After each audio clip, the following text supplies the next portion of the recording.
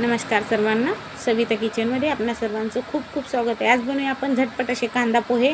तर कांदा पोहे बनवण्यासाठी मी इकडे गॅसवर कढई मांडली, याच्यात 2 चमचे तेल टाकले, त्यानंतर अर्धी वाटी एवढे शेंगदाणे घेतले। शेंगदाणे पहिले तर आपल्याला मस्त असे फ्राय करून घ्यायचे। शेंगदाणे फ्राय केले ना तर एकदम छान चव लागते पोह्याला।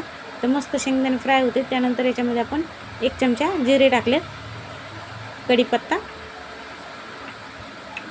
तर इथे हिरव्या मिरच्या बघा मी अशा अर्ध्याला कट करून घेतल्या। तुम्ही हवं तर बारीक करू शकता, पण मुलांना द्यायचं म्हणलं का ते बारीक नाही हे होत, तोंडात जातील म्हणून मी असे अर्ध्याला कट केलेत, जेणेकरून आपण काढून टाकू शकतो। तर हे बघा, आता आपल्याला शेंगदाणे ते एकदम मस्त असं फ्राय करून घ्यायचं आहे। मिरची पण एकदम छान फ्राय झाली पाहिजे। तर काही काही भागात ना याच्यात जिऱ्याच्या जागेवर राई टाकतात, तर आमच्या इकडे ना राई नाही टाकत, जिरे टाकतात पोह्यामध्ये। तुमच्याकडे काय टाकतात मला नक्की सांगा। तर एकदम मस्त मोकळे सुटसुटीत असे मी पोहे बनवले। तर कांदा मस्त असा आपला हे शेंगदाणे बघा मस्त फ्राय झालेत। त्यानंतर आता कांदा पोहे म्हणले की कांदा थोडासा जास्त लागतो। 2 मोठ्या साईजचे कांदे होते, तसे बारीक चिरून घेतलेत मी। आणि कांदा ना याला पोह्याला कसं गुलाबी रंग अजिबात नाही करायचा, फक्त थोडासा सॉफ्ट करून घ्यायचा आहे। कांदा थोडासा कच्चाच ठेवायचा, एकदम फ्राय नाही करायचा। एकदा नक्की करून बघा, थोडासा सॉफ्ट कांदा फक्त थोडासा 1-2 मिनटं सॉफ्ट करून घ्या। अजिबात त्याला लाल कलर नाही यायचा ना फ्राय करायचा आहे, फक्त सॉफ्ट करून घ्यायचा आहे। कांदा सॉफ्ट झाला आहे, आता याच्यात आपण कोथिंबीर टाकूया आणि हळद। आता हे मिक्स करून घ्यायचं आपल्याला।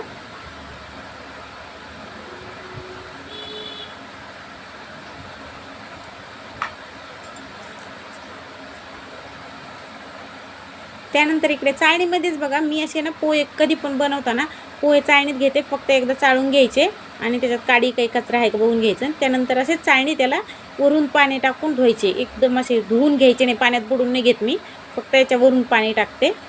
तसे ना एकदा करून पहा, तुमच्याकडे कसे बनवतात ते पण सांगा। आणि एकदम मोकळे सुटसुटीत पोहे होतात, फक्त पाण्यावरून चाळणीमध्ये ठेवायचं आणि वरून धुवून घ्यायचे व्यवस्थित। चवीप्रमाणे मीठ टाकूया।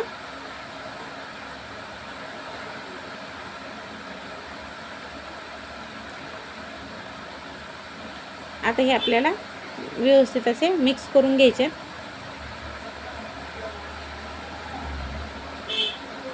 आणि पोहे ना पोहे बनायला घ्यायच्या आधी फक्त 5 ते 10 मिनिटच आधी धुवायचे, जास्त वेळ आधी धुवून नाही ठेवले तरी चालते।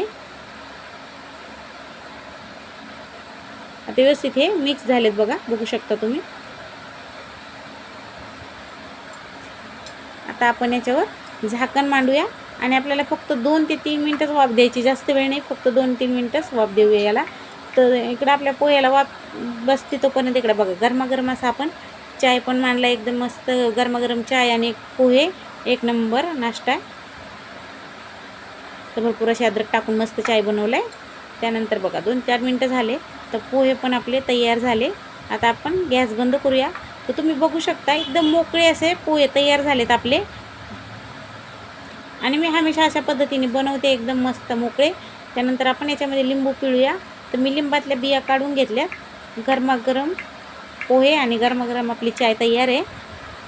तर आपण याच्यात थोडीशी कोथिंबीर टाकूया।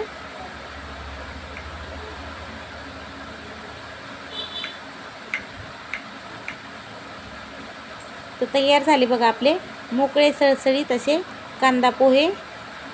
तर कोणाकोणाला व्हिडिओ आवडला नक्की सांगा। आवडला असेल तर एक लाईक करा, शेअर करा आणि सबस्क्राईब करायला विसरू नका। धन्यवाद।